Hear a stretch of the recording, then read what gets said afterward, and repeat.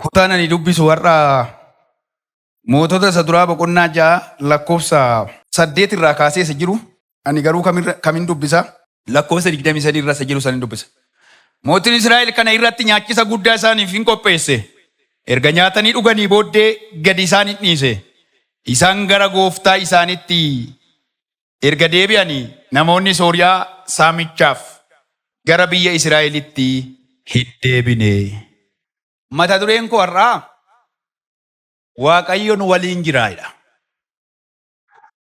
Waaqayyo nu wajjin jira yookaan nu waliin jiraadha. Sagalee Waaqayyoo keessaa lammaffaa mootota boqonnaa 6 lakkoofsa 8-23 irra isa jiru san walii wajjin ilaalla. Kutaa kana yeroo hedduu jireenya keessatti rakkoon diinni sodaan akka nu marsu baay'ee beekamaadha. Jireenya keessatti sodaan, rakkoon, wantoonni adda addaa nu marsu. Akkuma itti mana Elsaayi marsan san wantoonni hedduun otuma ijaan hin arginu, otuma nuti ijaan hin argin, otoo ijaan arginu, otoo hin argin wantoonni hedduun jireenya keenya nu marsanii argana. Yeroo akkasii namoonni waan fuuldura isaanii jiru waan hin beekneef yeroo haalonni isaan marsan, yeroo abdii kutannaan, rakkoo guddaan, gaddi guddaan, miidhamni guddaan, haalonni ulfaataa guddaan yeroo isaan mudatu, waan fuuldura isaanii jiru arguu dadhabuurraan kan ka'e waanuma isaan marse san laalanii yeroo namoota baay'ee irratti abdii kutannaan mul'atu ni jiraata. Abdii kutannaan yeroo mul'atu ni jiraata. Ammam rakkoon ammamillee yoo nu mudate Waaqayyo garuu nu wajjin jira. Ammam haalli kamillee yoo nu marse Waaqayyo nu faana jira. Kutaa kana keessatti akkuma isin ilaaltani dubbii Waaqayyoo kana keessatti akkuma isin argitan waan tokko argina. Wanti nuti arginu maali? Wanti nuti arginu yeroo mootiin Sooriyaa Israa'eloota loluudhaaf hojjettoota isaa wajjiniin taa'ee mari'atee iddoon buufata keenya iddoo akkanaaf iddoo akkasii haa ta'u jedhee dhoksaatti hojjettoota isaa warra kan kooti jedhu wajjiniin yeroo mari'atee kanaafuu Israa'el lolla waan ta'eef iddoon buufanni keenya karaa isaa yeroo hundumaa irra darbanirra ta'uu qaba. Karaa isaa yeroo hundumaa irra galanirra ta'uu qaba jedhee yeroo inni mari'atu yeroo hundumaa garuu karaa sanirra hin darban Israa'eloonni. Karaa inni irratti eegu sanarraa Israa'eloonni hin darban. Karaa biraa darbu. Diinni isaanii asii yeroo isaan eegu isaan immoo achiin hin darbani karaa biraa darbu. Yeroo diinonni isaanii asiin kiyyoo maranii eegan, waraanatti qopheessanii yeroo eegan, miisaa'ela hidhanii yeroo eegan, Israa'el garuu karaa biraa darba. Karaa biraa darbee of arga Israa'el. Yeroo baay'ee erga waraanni baay'een humni baay'ee erga dhumee booddee yeroo marii isaa kan biraa hojjettoota isaa walitti qabee ammas waa tokko jedha. Eewuda nu gidduudhaa jedha. Kan mootii Israa'eliif dhaabbatu. Eewuda nu gidduudhaa kan isaaniif lolu. Eewuda nu gidduudhaa icciitii keenya baasee kan jarra warra diina keenyaaf dabarsee kennu. Eewuda gidduudhaa warra nuti waraanna jennee karaa isaanirra darbanirra qophoofne eegganne akka isaan karaa sanirra hin darbine kan godhe eenyudha yeroo hundumaa gaafata. Warri Waaqayyo wajjiniin jiru yeroo hundumaa iddoo diinonni isaan eeganitti hin argaman. Warra kam? Warra kam? Diinni hin kufa amma kanan darbu jedhaa namichi darbee fagaata. Argitanii? Mikinaatu እግዚአብሔር ከነሱ ጋር ስላለ ነው። ሌላ ነገር ምንም የለም። asitti kufu jedhanii eegu jarri garuu achittuu kufuu didu. Karaa isaanii fagoodha. Qalbiitti dhaggeeffadhaa yeroo xiqqoo waan tokko isinitti hima. Asitti cabadhanii eegu Jarri garuu dhabuun isaanii hafee namoota baay'eefuu gaaddisa ta'u. Asitti kiyyoo maranii fi kana keessa hin darbu jedhu. Namichi garuu kiyyoo yoo ta'u hin qabin. Dhabameeyyuu otoo dugdi isaa gadi hin jedhin fagaatee darbe. Ilaa dhaggeeffadhaa. Warri Waaqayyo isaan wajjin hin jiru. Akkamaan dhaba'u malee seexanni hin qabu. Akkamaan dhaba'u malee jarri rakkina keessatti nafan. Akkamaan dhaba'u malee jarri humni kuffisee karaarra isaan dhaabu hin jiru. Dhaggeeffadhaa. Ajjeesuuf kiyyoo maruu danda'a seexanni. Dubbiin ulfaataaf haalli wallaansoo guddaan wal xaxaan jireenya isaanii mudachuu danda'a. Garuu warra Waaqayyoo wajjin hin jiru. Humni qabee karaarra isaan dhaabu hin jiru. Warri kam? Warra namni wajjin hin jiru jechaa hin jiru. Dhugaartu. Warra Waaqayyo wajjin jiru. Humni waraanaa. Warra Waaqayyo wajjin hin jiru. Humni maallaqaa. Warra Waaqayyo wajjin hin jiru. Humni jallootaa. Warra Waaqayyo wajjin hin jiru. Humni jallootaa. Qabee karaarra isaan dhaabuu hin danda'u. Anarra waan tokko sitti himuu barbaada. Akka Waaqayyo si wajjin jiru sitti himuu barbaada. Ila Waaqayyo akka jedhe ofumaaf dhamaa seetan. Ofumaaf dhamaa seetan. Anas si wajjin jira karaarra dhaabattu de. Kana yoo amma kana hin beeknetti qufaatii keessa jirtu. Ila kana dhaggeeffadhaa. Amma kun sin hin galletti. Ziyaaber kanee gaaraanu. Ana wajjin jira amma Waaqayyo jechuun dandeenyetti kufaatii keessa jirtu. Yeroo tokko namoonni qaban maallaqa qaban nama qaban namni na wajjin jiran fira qaban abbaa qaban nama jimaan namoota gurguddaan qaban fira gurguddaan qaban riyaa gurguddaan qaban haadhoo koo nama ganu isaan. Yoo Waaqayyo si wajjin jiraate jarreen isaan kun hunduu si faana jiru. Ol qabe harka kee wayisitti hima. Waan seexanni lafa si keessise tokko omtuu namni si biraa dhiibuu danda'a. Omaa waa tokkoon qabaachuu dhiisu malta. Na duukaa harka kee ol kaas sirriitti ol kaas wayi tokko sitti maa irraa hadha seexana qaaneessina waliin taane ol kaas. Hadha seexana qaaneessina waliin taane. Akka jedhee Waaqayyo biyyi waan fedhe ajadoon si wajjin an jira jedhe. Seexanni waan fedhe ajadoon si wajjin an jira jedhe. Sagalee guddaa harka keessa ol kaasaa na wajjin jira jedha ayyaati. Kanaafaan guutii dubbadhuun kaanee inaan dhoko. Nam ebeluun na wajjin jira jettee himattee guyyaan itti qaanoftuun jira. Si bira hafee. Humna qabattee humna qabattee nama cimaadha jettee odeessite humni kee yeroo si ganee itti qaanoftuun dhufa. Garuu na wajjin hin jirette. Garuu isa himattee. Garuu isa abdattee. Garuu isa maqaa dhaattee. Hilarka kalkaas inni lafatti ga'ee si biraa hafuun qabu. Nama sitti agarsiise si duukaan jiru jechuu danda'a. Maallaqa sitti agarsiise waan biyya lafaa kana waan baay'ee sitti agarsiise si duukaan jiru siin jechuu danda'a.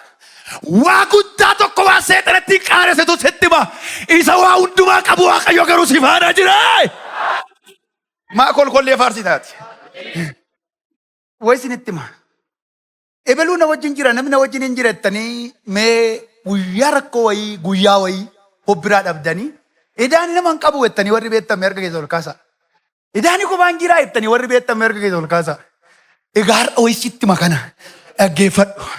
Ilaa Waaqayyo akka jedhe hunnee kee jabeeffadhu. Mudhii kee dadhu. Ani si wajjin ganaan hojii qaba jedhe. Ani si wajjin ganaan kakuu qaba jedhe. Ani si wajjin ganaan yaada qaba jedhe. Ani si wajjin ganaan mul'igala Waaqayyo waan si wajjin hojjedhuun qaba jedhe. Nama Waaqayyo wajjin hin jiru yoomiyyuu kobummaan ittiin nagaamu. Kobummaan ittiin nagaamu yeroo inni dadhabeera dho. Ayizoo! Nama Waaqayyo wajjin hin jiru dhabuun ittiin nagaamu. Nama biraa dhabuun ittiin nagaamu.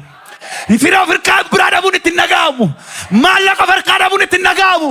Haali rakkisaaf rakkoon ulfaatan ittiin dhufuun ittiin nagaamu. Sababi isaa isa rakkoo fixuutu mana isaa jira sababii ta'eef. እግዚአብሔር ካንተ ጋር ነው. Namoonni lama iddoo kanaa jalqabala. Waaqayyo na wajjin hin jira gaafa jechuu jalqabdanirraa kaastee Humni keessa Waaqayyo. Dubbataan keessa Waaqayyo. Lolaa keessa Waaqayyo. Idduwaan keessa Waaqayyo. Hir'uu keessan guutan Waaqayyo. Bakka keessan bu'ee falmaaf dubbataan lolaan isaa. Gaafa Waaqayyo na wajjin jira jechuudha. Gaafa kam. Gaafa haadhoo kon goomin.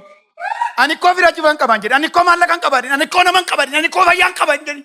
Injadin elakka gootu. Waaqayyo na wajjin jira. Hundumaa qaba sa keessa waan hundumaa jira. Wasitti mu. Inni naman ganne. Inni dubbiin isaan jijjiiramne. Inni namalli isaan jijjiiramne. Inni iddoo ta'een si gayaan si biraa hafe si baadheera si dadhabeera namaan hin jenne. Inni bara hundumaa otoo hin dadhabin si baatu. Inni yeroo hundumaa otoo hin dadhabin si gargaaru. Harka Waaqayyoo irra jirta inni si wajjin jira.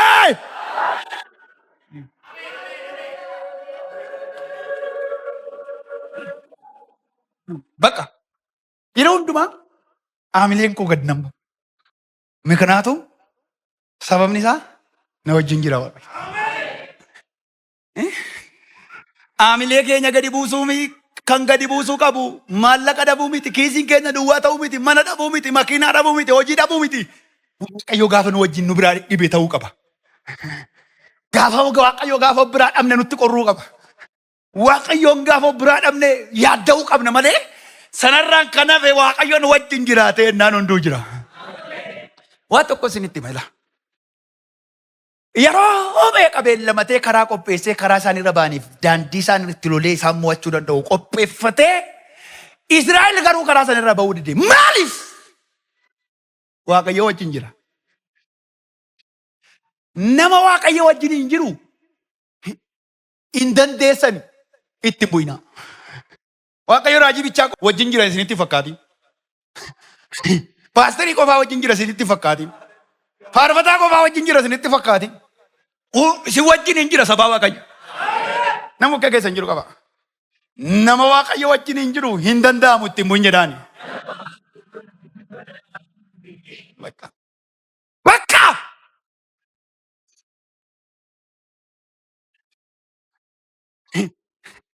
Maali ennaan maali hojjettoota isaa waame maaliif eewutu isaan hin dhaabbate eewutu icciitii keenya isaanitti mannaan tokko harka ol kaase paarlaamaa gidduudha. Ilaamee ennaan nu gidduudha namni icciitii kee baasee hime namni tokko iyyuu nu keessa hin jiru. Garuu ennaan nama jabaa tokkotu isaan gidduu jira nama maqaan isaa Eelsaa jedhama. Waan ati dinqa keetti haasoftu isatu baasee addabaabayitti Israa'elitti hima malee nu miti. Eessa jira? Ennaan mandaraa dootan jira. Eessa? Mandaraa dootan jira. Ennaan barbaada dhaqa marsaa. Halkan deemaa bulaatti dhaqa marsaa qabaa. Nama Waaqayyo wajjin hin jiru. Fardaan miti, konkolaataan miti, xiyyaara nu yoo marfame. Hin danda'amu. Waraana isaa abdatee. Humna isaa abdatee, mootummaa isaa abdatee, hangoo isaa abdatee, cimina isaa abdatee, dandeettii isaa abdatee. Dhaqanii halkan guutuu marsaa bulanii ganama gaafa hirribaa ka'an marfamaniiru. Waa sitti hima. Marsanii isin jeequu danda'u ta'a malee. Marsanii isin hamachuu danda'u ta'a malee. Marsanii hamilee isin buusuu danda'u ta'a malee. Marsanii isin ajjeesuu, isin balleessuu, isin cabsuudhaaf yaaluu danda'a ta'a malee. Marsanii isin ajjeesuu hin danda'a. Marsanii si jeequu hin danda'u ollaa keeti, waajjira keeti, waldaa keessa. Naannoo hojjettanii, iddoo biizineesii keessanii. Warri isin jeequ namoota takka lama nabdan jiru isaan yoomiyyuu jiraachuus qabu jedhee nama naan. Garuu waa isinitti hima. Kallattii amma sargaan qaba. Wayin guddaa tokko sitti hima. Waca warra sitti wacanii dhaggeeffatin karaa keetti fufi Waaqayyo si wajjin jira. Isa haalli siin jedhu, isa foos siin jedhu, isa seexan siin jedhu nagaan Waaqayyo si wajjin hin jira. Gaafaati fooyya'uu jalqabdu, gaafaati jijjiiramuu jalqabdu, gaafaati waa jalqabdu. Asii marsanii warri si jeeqan, marsanii warri si hamatan hin kan waa dhookoo. Marsanii warri si lolan garuu gaaraa dhufu. Yeroo baay'ee namoonni la rakkoo namootaa isinitti himu. Marsanii warra isaan eegan warra gaaraa, lammii warra waaqarraa hirraanfataniitu waa'ee marsanii warra isaan jeeqanii haasa'u. Rakkoon namoota baay'ee kennu sagan. marsanii warra isaan eegan warra lammii isaanii gaararraa dhufan waa'ee isaanii dhiisanii waa'ee warra marsanii isaan irratti dudubbatanii waa'ee warra marsanii isaan jeeqanii waa'ee warra marsanii isaan amatanii waa'ee warra marsanii hojii isaan dhowwanii. Way isinitti himaa warri marsanii isin jeeqan asii ka'u warri marsanii isin eegan gaaraa dhufu. Way warra lammii gaararraa qabdan warra asii isin jeequ kan sinirraa godhu warra gaaraa qabdan ol kaasaa. Warra gaasii isin jeeqan warra asii isin irratti dudubbatan warra asii karaa isinitti cufan warra asii balbala isinitti cufan warra isinirraa gab godhan waaqarraa kan qabdan harka keessan ol kaasaa. Waaqayyo akka jedhe marsanii warra si jeeqan hin sodaatin warri gaararraa dhufanii gab godhu jedhe.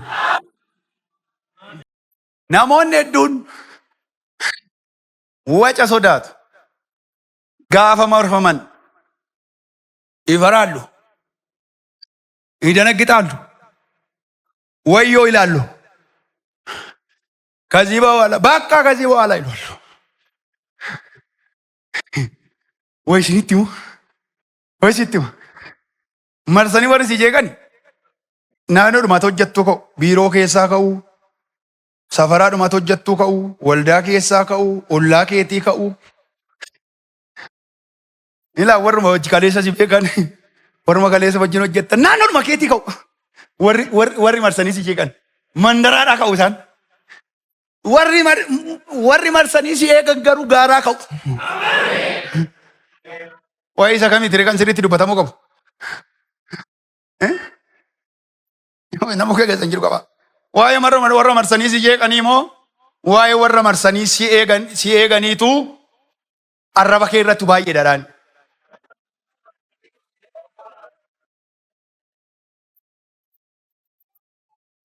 Yeroo baay'ee warra diina waa'ee diina isaati moo warra isa diina isaan irraa dhowwaa isaa oolu namoonni. Kamaa softu mee gaafadha nama kee keessan jiru kamaa softu yeroo baay'ee isa diina sirraa dhoobu moo waa'ee diinaa asofta faarfannaan kee waa'ee diinati. Amma yoo laaltaniitu ta'e namoonni jireenya keessatti nama ta'ee kan uumame namni diina dhabu jira jedhee yaadu. Miknaatum biyya lafaarra jira. Diini nuti jennu immoo lama. Tokko seexana, lama immoo nama.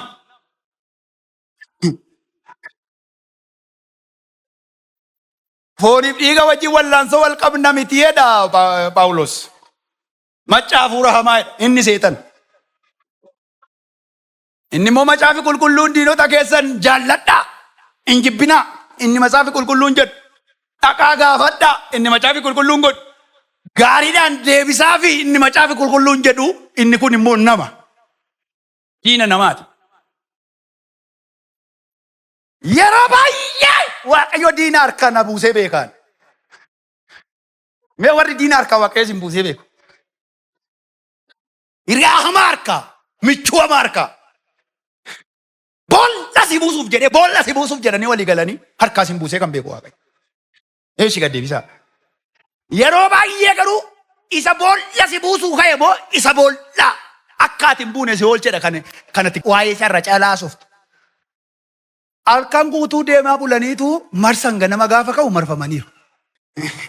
Namni baay'een waan hojjechuu qabu baay'ee kan dhiiseef waca namaa sodaateetu. Dubbachuu kan sodaatuuf, hojjechuu kan sodaatuuf, tajaajiluu kan sodaatuuf waca namaa sodaateetu. Waan gochuu qabu gochuu kan dhiisee taa'aa jiruuf namni baay'ee waca seexanaa sodaateetu. Yeroo hundumaa garuu tajaajilli isaa waca namootarraa kan dhaggeeffatee godhu miti Elsaa'i. Ganama ka'e Israa'el jedha. Har'aa siin hin bayinaa jedhaan ganama ka'e. Jarroo akkuma raajichi jedhee karaa biraa baati. Israa'el jedha yeroo hundumaa ganama achiin hin bayinaa har'a diina jira karaa isaan jedha. Ila dhaggeeffadhaa. Gurri raajota dhugaa dhaga'uu hin milkaa. Kana quba qabaadhaa. Raajota dhugaan jedhe. hin milkaa. Mootiin biyya gaggeessu kun yeroo hundumaa otoo hin tuffatin gajjiree jilbeeffatee gooftaa koo jedhee ergaa Elsaayi dubbate harkaa fuudhee ameen jedhee hojiirra oolcha ture. Kana dhaga'uu isaatiinis guyyaa baay'ee oolcheedha Matsaafi Qulqulluun.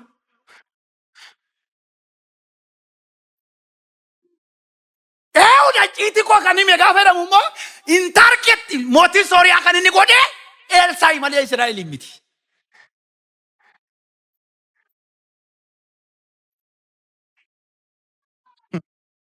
Dhaggeeffadhaa. Waaqayyo isinitti dubbatee gaafa waa dubbattan, Waaqayyo isinitti dubbatee gaafa waa gootan itti gaafatamummaa isaa kan fudhatu baasoo Waaqayyo isin miti.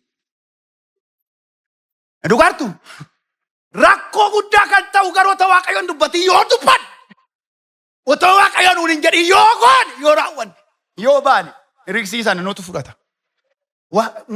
Elsaayitti eenyu dubbate Waaqayyoon dubbate waan ta'eef halkan guutuu dhaqaa hidhee mandira dootan keessatti dhaqanii argatanii mana isaa morsanii gaafa bulan ganama hojjetaan isaa ka'ee balbala gaafa isaan marfameera. Miidiyaan kanaas waa'ee marfamuu isaati. Namni kanaas waa'ee marfamuu isaati. Mootiin Sooriyaa kanaas waa'ee marfamuu isaati. Miidiyaan Sooriyaan guutummaa isaa kan inni haasa'u waa'ee marfamuu isaati. Marfameera basaastuu namaa waggoota baay'eedhaaf biyya keenya dabarsee kennaa ture, biyya keenya irratti hojjechaa ture, diinota biyya keenya irratti hojjechaa ture qabameera jedhanii yeroo isaan labsatanitti galma mucaan ganama ga'ee hojjetaan Elsaayi Giyaas namni jedhamu gaafa balbala keessaa qe'ee bagalmeewu marfamaniiru. Wayyoo miidiyaa waa'ee keenyaa haasaa, feesbuukii waa'ee keenyaa haasaa, banne dhumne yeroo darbe kana raajii masaratii irratti miidiyaan guutuu waa'ee raajii masarataa haasaa. Maaliif garuu wantichi waa'ee raajii masaratii miti akka naa galutti sochii rivaayivaalii hafuura qulqulluu guutumaan guututti namoota rivaayivaalii hafuura qulqulluu biyya Itoophiyaa kana keessatti karaa isaanii Waaqayyo hojjetu kana sochii hafuura qulqulluu duula sochii hafuura qulqulluu waldaa keessaa dhaamsuuti wanta amma godhamaa jiru. Malee dura raajii masaraati miti. Raajii masaraati bichaa gootanii hin ilaalina. Duula sochii hafuura qulqulluu biyya Itoophiyaa kana keessaa dhaamsuudhaaf namoota Waaqayyootti taampeellaa sobaa dhoobanii raajii sobaati jedhanii haamilee cabsanii namoonni akkasii haamilee dhabanii akka isaan kufaniif kun godhama. Otoo ta'e illee silaa kiristaanii kadhachuufii qabama. Amma har'aatti marsanii si jeeqaniiru. Marsanii sirratti dudubbataniiru. Marsanii waa'ee kee salphina baay'ee haasa'aniiru. Waan haamilee si cabsu baay'ee godhaniiru. Hiriyoonnis, firoonnis, olloonnis, naannoonnis biyyi hundumtuu arga kee ol kaasirritti biyyi hundumtuu marsee si jeeqeera. Kanaa booddee garuu Waaqayyo akka jedhe marsee si gargaareen isa si gargaare wacanii siif haasa'uu jalqabu jedhe. Ol kaase kanaan booddee kanatti lakkooftu isa marsee si gargaaru malee isa marsee si jeequ miti. Kanaa booddee sammuu kee irraa kan hiyyu diinota marsanii si jeeqan otoo hin ta'in, warra si hamatan otoo hin ta'in, warra sirratti dubbatan otoo hin ta'in, warra si cabsuu barbaadan otoo hin ta'in, warra hiyyummaa keessatti akkaati kuftu barbaadan osoo hin ta'in, marseetu akka sammuu kee irraa iyyuu gargaarsa Waaqayyoo qofa dhaabe. Ilaa ji'a sadii kan hin caalle ji'a kurnan 11 jechuudha. Ilaa jiini kun kan isa otoo dhumini Waaqayyo akka namootan ajandaa godhutu jiru as keessa.